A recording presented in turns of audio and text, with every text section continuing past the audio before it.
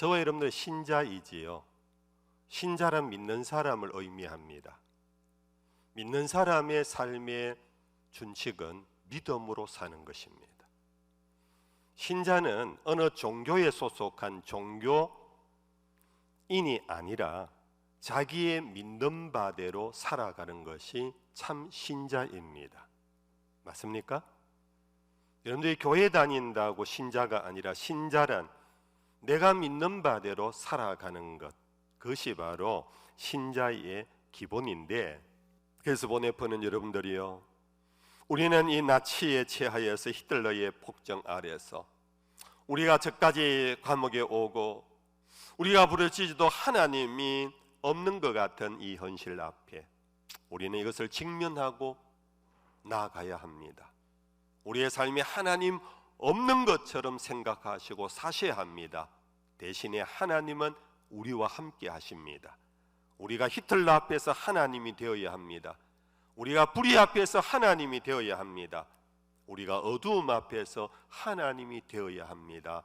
그것이 바로 믿음의 자리입니다. 오늘 사도 바울은 데살로니가 교회에 두 번째 편지를 보내면서 그들에게 있었던 아름다운 믿음의 소식을 전해 듣고는 오늘 그들을 칭찬하고 자랑하는 말씀이 나옵니다. 오늘 3절, 형제들아 우리가 너희를 위하여 항상 하나님께 감사할지니 이것이 당연함은 너희의 믿음이 더욱 자라고 너희가 다 각기 서로 사랑함이 풍성함이라. 여러분들, 여기에 우리가 주목하게 되는 것이 데살로니가 교회 교인들이 믿음이 있다라고 표현하지 아니하고 믿음이 더욱 자라고, 이 자라는 믿음이 자꾸 자라는 성장하는 소문을 듣고는 이 사도 바울이 자기 일도 아닌데 교우들의 얘기인데, 그것도 요즘 말로 말하면 우리 범어교회 얘기도 아니고 저 어디 다른 지역교회 이야기인데 사도 바울은 하나님께 감사하고 있어요. 이게 이제 목양자의 마음이에요. 이게 부모의 마음이에요. 여러분들, 자녀를 낳았는데 성장이 멈췄다. 여러분들, 이것은 그냥 슬픈 정도가 아니에요. 그 자체가 비극이고 그것이 인생의 지옥이에요. 그렇죠? 여러분들, 돌이 지나고 2살이 되었는데도 아직 기기만 하고 잡고 일어서지도 못하고 걷지도 않는다. 나이가 3살이 넘어 만 3살이 넘어 4살이 되고 하는데 말을 아직도 못한다. 하고 이상한 소리만 내고 말을 못한다. 여러분들, 죄송합니다. 우리 성도들 가정에도 이런 아픔이 있는 가정이 있는데 용서하십시오. 여러분들, 그러면 부모는 정말 지옥입니다. 그렇죠? 근데 거꾸로 말하면은 걔들이 막 이 성장이 제대로 되고 오히려 다른 아이보다 더 빠르고 이러면 너무너무 기쁘고 행복하고 막 자랑하잖아요. 사진 찍어서 막 이렇게 돌려보내고, 우리 아이 봐라 벌써 자꾸 일어선대, 10개월도 안 됐는데 우리 아이 벌써 말한대, 녹음해갖고 막 들려주잖아요. 여러분들, 사도 바울이 데살로니가 교회 성도들이 믿음이 자라는 소문을 전해 듣고 너무 행복했습니다. 너무 기뻤습니다. 그래서 하나님 앞에 감사하고 있는 모습입니다. 여러분들은 믿음이 자라고 있나요? 제가 첫 소지는 믿음이 있느냐를 돌아보자 그랬습니다. 두 번째 소지는 이런 데 믿음이 자라고 있는가를 돌아보자는 것입니다. 여러분들, 멈추고 있나요? 전에보다 믿음이 떨어지고 있나요? 여러분들, 우리 아버지 되시는 하나님이 우리의 믿음이 멈추거나 떨어지면 슬퍼하십니다. 하나님의 비극입니다. 성령이 탄식하십니다. 예배당에 왔는데도 기도할 바를 몰라요. 어떻게 기도해야 될지를 몰라요. 딴 생각하고 앉아 있어요. 성령이 탄식하십니다. 슬퍼하십니다. 그럼 믿음 어떻게 하면 자라나요? 매주 예배 참석하면 되나요? 근래 제가 몇 주 전에도 말씀드렸습니다. 한번 따라 하십시다. 믿음은 들음에서 나고 들음은 하나님의 말씀으로 하나님의 말씀으로. 여러분들, 믿음이 자라는 것은 오직 한 길밖에 없습니다.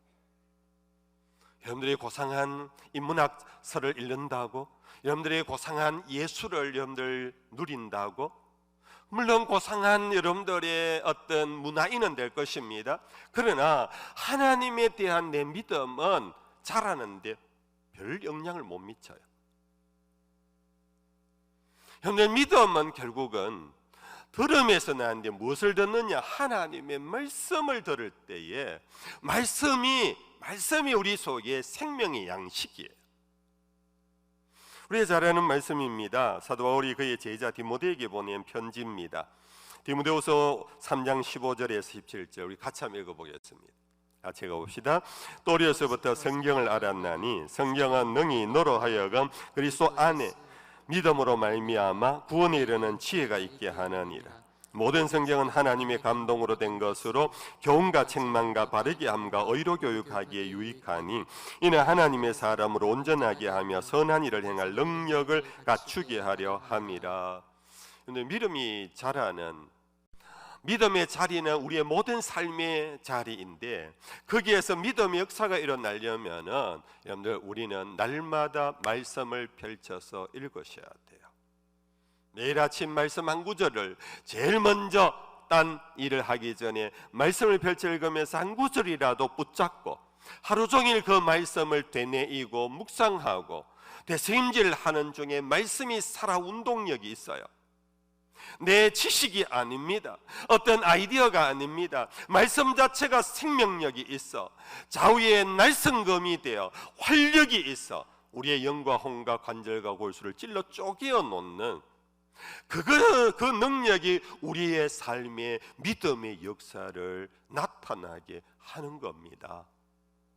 여러분들, 우리의 양식인 하나님의 말씀을 가까이 할 수 있기를 축복합니다. 그런데 세 번째 질문입니다. 근데 목사님, 믿음이 자라는 것을 어떻게 측정할 수 있습니까?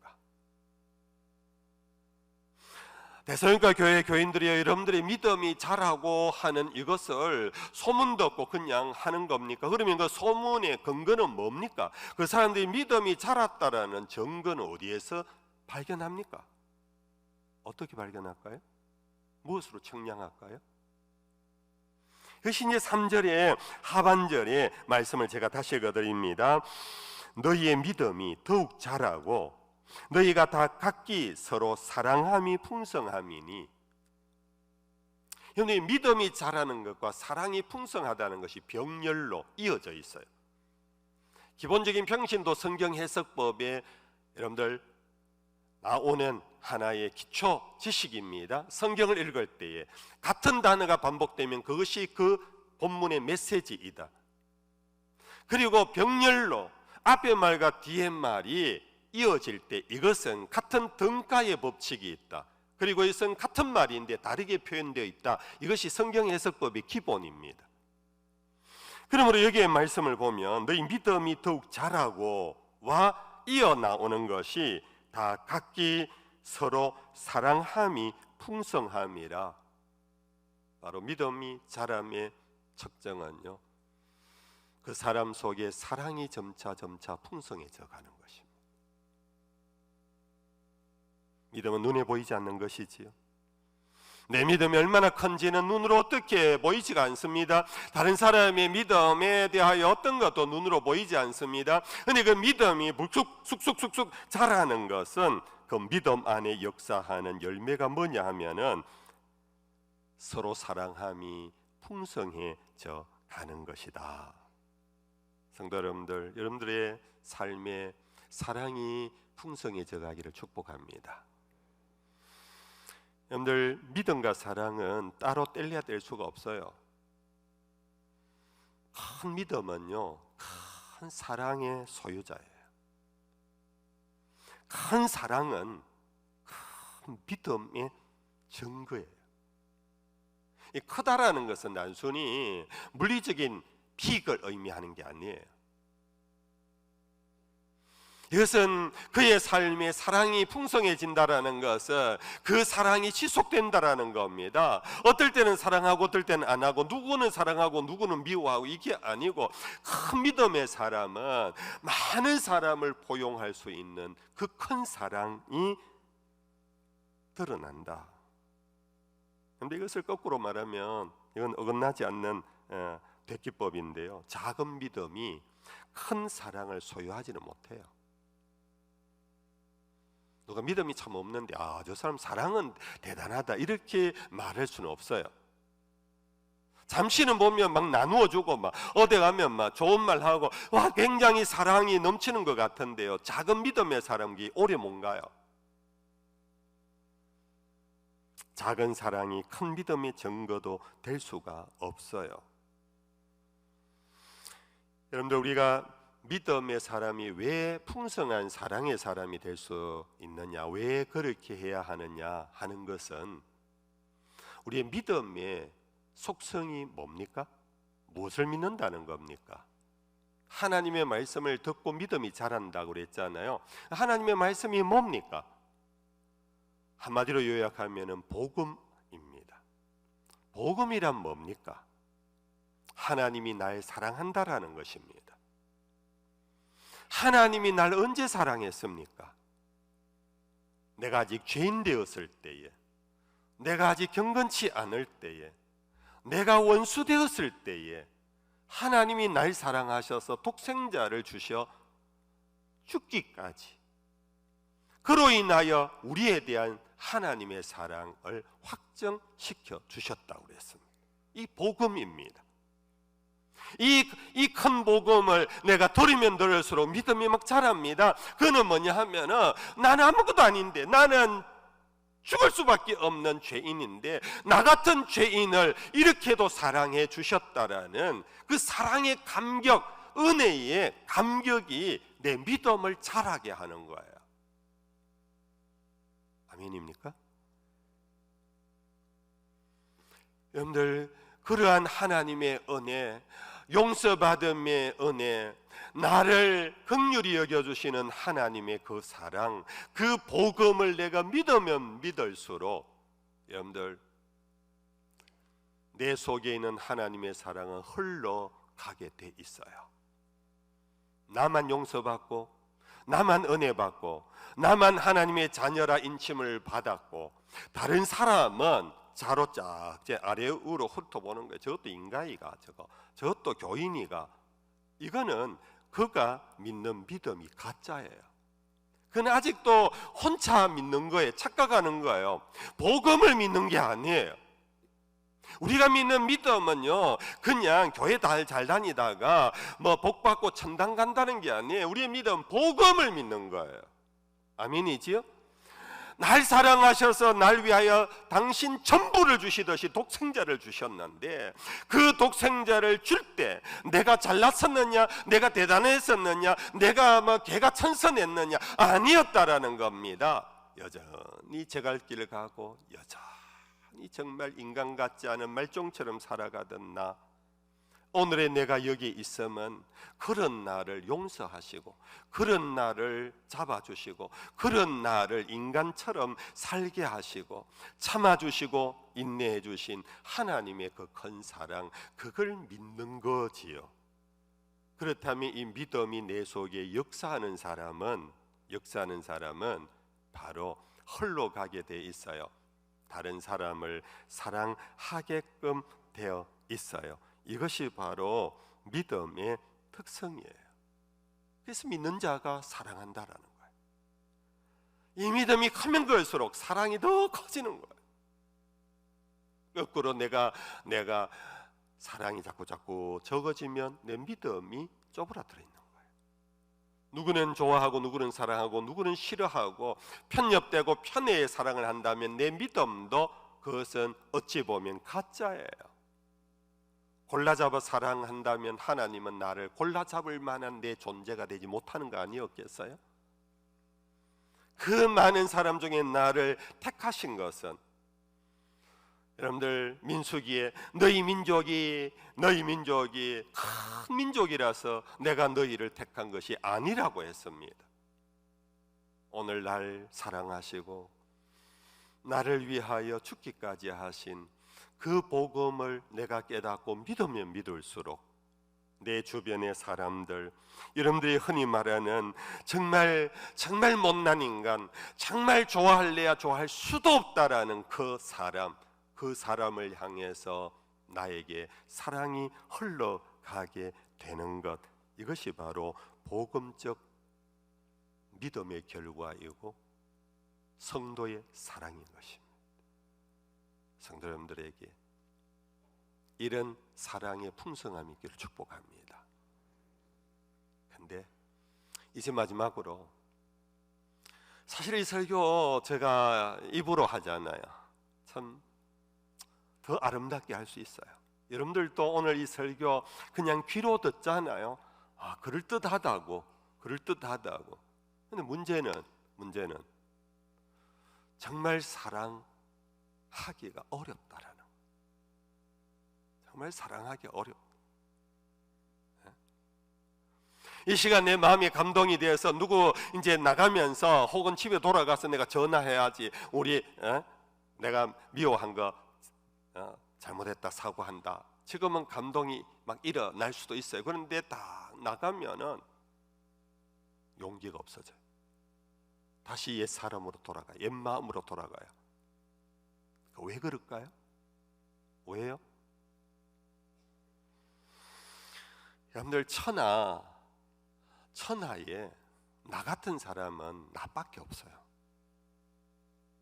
나 같은 사람은 나밖에 없어요.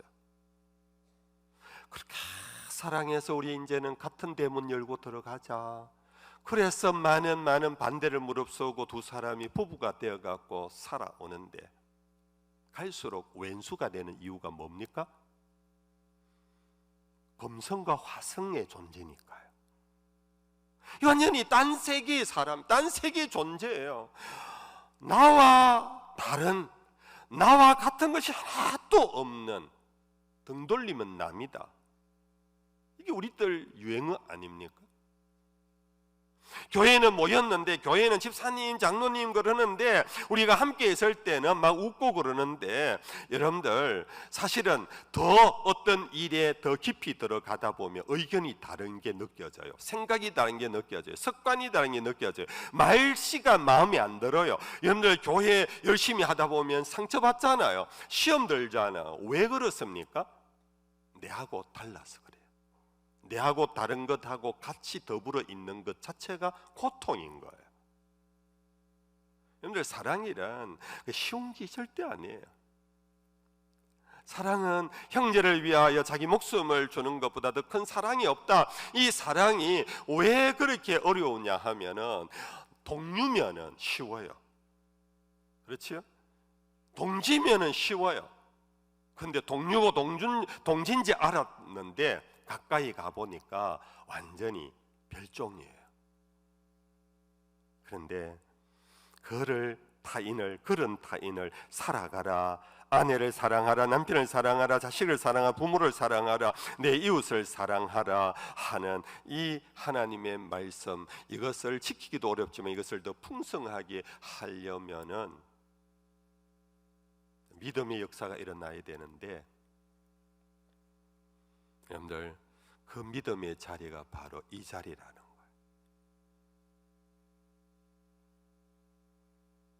오늘 본문 4절입니다. 그러므로 너희가 견디고 있는 모든 박해와 환난 중에서 너희 인내와 믿음으로 말미암아 하나님의 여러 교회에서 우리가 친히 자랑하노라. 사도 데살로니가 교회 교인들을 막 자랑까지 했어요. 다른 곳에 어떻게 자랑했냐 하면은 믿음이 자라고 사랑이 풍성한 것 때문에 감사했는데, 이것을 자랑할 수 있었던 것은 그들이 이것을 이루어가는 과정 속에 견디고 박해와 환난 중에서, 이건 초기 기독교회의 신앙 박해겠지요. 이러한 중에서 너희 인내와 믿음으로 말미암아, 여기엔 단어 두 개가 바로 연결되어 병렬로 되어 있어요. 바로 믿음은 인내하는 겁니다. 믿는다는 것이 뭐냐? 여러분들, 믿는다는 것이 뭐냐? 여러분들, 의를 위하여 일하다가 견뎌내는 겁니다. 복음을 전하는 일에서 견뎌내는 겁니다. 참는 데서 견디는 겁니다. 여러분들 분노 조절을 견디면서 하는 겁니다. 용서를 견디면서 하는 겁니다. 이해하기 위하여 견디면서 하는 겁니다. 쉬운 게 아니에요. 그래서 사도 바울은 고린도 전서제 13장에 우리가 잘 아는 사랑을 읊는 시 가운데 사랑은 뭐냐? 유사한 단어가 반복되는 것이 오래 참고 모든 것을 바라며 모든 것을 견디고 모든 것을 참느니라. 동의어가 참고 바라고 기다리고 인내하고 이것이 바로 사랑이랍니다. 여러분들 그래서 이러한 사랑을 하기 위하여 우리는 믿음이 자꾸 자라야 합니다. 그러기 위하여 말씀을 계속해서 먹어야 합니다. 말씀을 계속해서 묵상해야 합니다. 말씀을 계속해서 들어야 합니다. 그것이 내 속에서 믿음으로 성화하도록, 그 믿음이 어디에서 나타나야 하느냐 하면은 여러분들 고상한 사람들이 모여 아주 고차원적인 대화를 하는 아카데미아에서 나오는 게 아닙니다. 여러분들 사랑의 꽃은 시궁창에서 피어요. 믿음은 갈등과 불화 속에서 여러분들 자라요. 믿음은 예배 시간에 말씀을 들으면서 자랄 수 있습니다. 열매는 어디에서 맺혀지느냐? 시궁창에서 맺혀지는 거예요. 그것이 여러분들 우리가 가야 할 믿음의 길입니다. 그래서 예수님께서도 나를 따라오려거든 자기 십자가를 짊어지고 나를 쫓을 것이니라. 여러분들 이 십자가가 뭘까요? 많은 분들이 쉽게 생각합니다. 십자가는 네가 갖고 있는 어쩔 수 없는 팔자. 남편 잘못 만난 건 네 십자가다. 네 자식 잘못 만난 건 십자가다. 뭐 네가 어느 지역에서 이런 십자가다. 이렇게 보통 생각하는데 성도 여러분들 그게 아니고요. 십자가는요. 로마 시대 때 십자가는 죽음이요. 우리로 치면 죽음의 관이에요. 십자가를 짊어지고 간다는 것은 내가 죽을 내 관, 내가 들어갈 관을 손에 쥐고 다닌다는 겁니다. 내가 살아가는데 내하고 마음이 안 맞아요. 나하고 갈등을 빚어요. 내 마음, 내 어떤 표준으로 치면 저거는 인간도 아닙니다. 저거는 집사도 아닙니다. 그러한 것들을 그 관에 집어넣는 겁니다. 나를 죽이는 겁니다. 또 내가 교만하는구나. 또 내가 남을 정죄하는구나. 또 내가 남을 판단하는구나. 또 내 성질대로 살려고 하는구나. 또 내 이데올로기로 남을 함부로 말하는구나. 그것을 계속해서 관에 넣어버리는 거예요. 그것이 십자가를 짊어지고 간다라는 거예요. 여러분들 그럴 때 우리가 십자가를 짊어지고 따를 때 하나님이 너무 좋아하십니다. 예수님께서 세상죄를 짊어지고 가는 어린 양이 되어 먼저 요단강물에 세례를 받으려고 뛰어들 때 세례 요한조차도 이럴 수 없습니다. 이럴 수 없습니다. 나는 당신의 신권 하나 풀고 맬 수 없습니다. 이러지 마세요. 예수님이 이를 행하여 하나님의 뜻을 이루자 세례를 물에 들어갔다가 나오자마자 하늘이 열려버렸어요. 하늘에서 하나님의 영 성령이 예수의 머리 위에 임했어요. 하나님이 외치기 시작했어요. 이는 내 사랑하는 아들이요 내가 저를 기뻐하노라. 성도 여러분들, 오늘 우리가 가는 이 믿음의 길이 좁으면 좁은 길이에요. 그냥 교회 다니는 길이 아니에요. 그 믿음의 자리가 이 세상 나와 같지 않는 사람들, 나를 힘들게 하는 사람들, 그것이 경제이든 문화이든 어떤 것이든 그 가운데 거기에서 믿음의 역사를 이루어요. 하나님이 잘해봐라, 내가 지켜볼게, 그러지 아니하시고 하늘 문을 여세요. 주의 영을 우리에게 부어주세요. 맨날 되지 못하여 너희가 성령을 받으리니 성령이 너희에게 임하시면 너희가 권능을 받고 예루살렘과 온 유대와 사마리아 땅끝까지 이르러 내 증인이 되리라. 우리가 그 길을 가면 하늘 문이 열리고 주의 영이 우리에게 임하세요. 주의 영이 우리에게 임하시면 우리는 그 길을 갈 수가 있어요. 이것이 믿음의 승리예요. 이것이 믿음의 삶이에요. 이러한 교회, 이러한 우리 성도들이 다 될 수 있기를 주의 이름 축복합니다.